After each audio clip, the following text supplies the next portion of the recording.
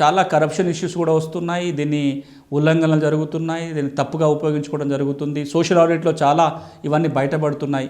వాళ్ళ మీద చర్యలు తీసుకోవాలి అనుకుంటే కోర్టుకు వెళ్ళి ఇవన్నీ జరగాలంటే కాలయాపన జరుగుతుంది. కాబట్టి తెలంగాణ రాష్ట్రంలో ఈ వివాదాలన్నీ లోక్ అదాలత్ ద్వారా పరిష్కారం చేయించడం కోసం ప్రయత్నం జరుగుతుంది. లోక్ అదాలత్ ద్వారా దీన్ని పర్మనెంట్ సర్వీసెస్ కింద చూపించుకుంటూ లీగల్ సర్వీస్ అథారిటీలోనే ఒక సవరణ తీసుకొస్తూ ఉపాధి హామీ కింద వస్తున్న వివాదాలని లోక్ అదాలత్ ద్వారా పరిష్కారం చేయడం కోసం కూడా తెలంగాణలో చట్ట సవరణ జరిగింది. ఈ రోజున వివాద పరిష్కారాన్ని కూడా సత్వరంగా చేసే ప్రయత్నం ఈ ఉపాధి హామీ చట్టంలో ఉంది.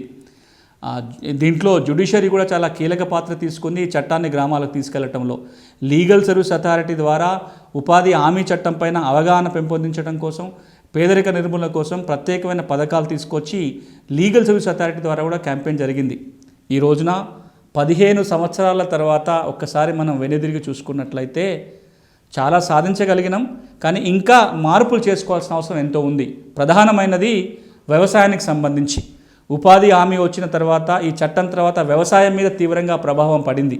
ఒక పక్కన కూలీ రేట్లు పెరిగాయి, పేద కుటుంబాలకు కొంతనన్నా పని దొరుకుతుంది. కానీ మరో పక్కన వ్యవసాయ పనులు చేయటంలో కూలీల లభ్యత తగ్గింది. కాబట్టి ఈ ఉపాధి హామీ పథకాన్ని వ్యవసాయానికి అనుసంధానం చేయాలని ఎప్పటి నుంచో డిమాండ్ వస్తుంది.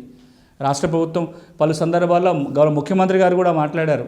ఇప్పటికైనా ఉపాధి హామీ పథకాన్ని వ్యవసాయానికి కనుక అనుసంధానం చేసినట్లయితే ఒక పక్కన రైతులకి వ్యవసాయానికి మంచి ఉంటుంది, ఇంకో పక్కన ఈ ఉపాధి హామీ పథకం ద్వారా పేద కుటుంబాలకి పని దొరుకుతుంది. ఆ కార్యక్రమం జరగాలి. చిట్ట చివరిగా పని కావాలి అని అడిగే పరిస్థితులు ఉండకూడదు. ప్రతి కుటుంబానికి ఏదో ఒక పని దొరకాలి. అందుకోసం కావాల్సిన ఏర్పాట్లు ప్రభుత్వాలు చేయాలి. రాబోయే రోజులలో ఆ వైపున మరిన్ని ప్రయత్నాలు జరుగుతాయని ఆశిస్తూ, కనీస మానవ హక్కు అయిన ఏదైతే జీవించే హక్కు ఉందో ఆ జీవించే హక్కుకు సార్థకత ఉండాలి. నిజమైన జీవితం గడపాలి, ఒక నాణ్యమైన జీవితం గడపాలి అంటే కనుక ప్రతి కుటుంబానికి ఉపాధి ఉండాలి. ఆ మేరకు ప్రయత్నాలు కొనసాగిస్తూనే అది పూర్తి అయ్యేంత వరకు ఇలాంటి ఉపాధి హామీ పథకాలని పూర్తిగా అమలు జరగాలి. వేతనాలు కూడా సరైన సమయానికి అందే ప్రయత్నం జరుగుతుందని ఆశిస్తూ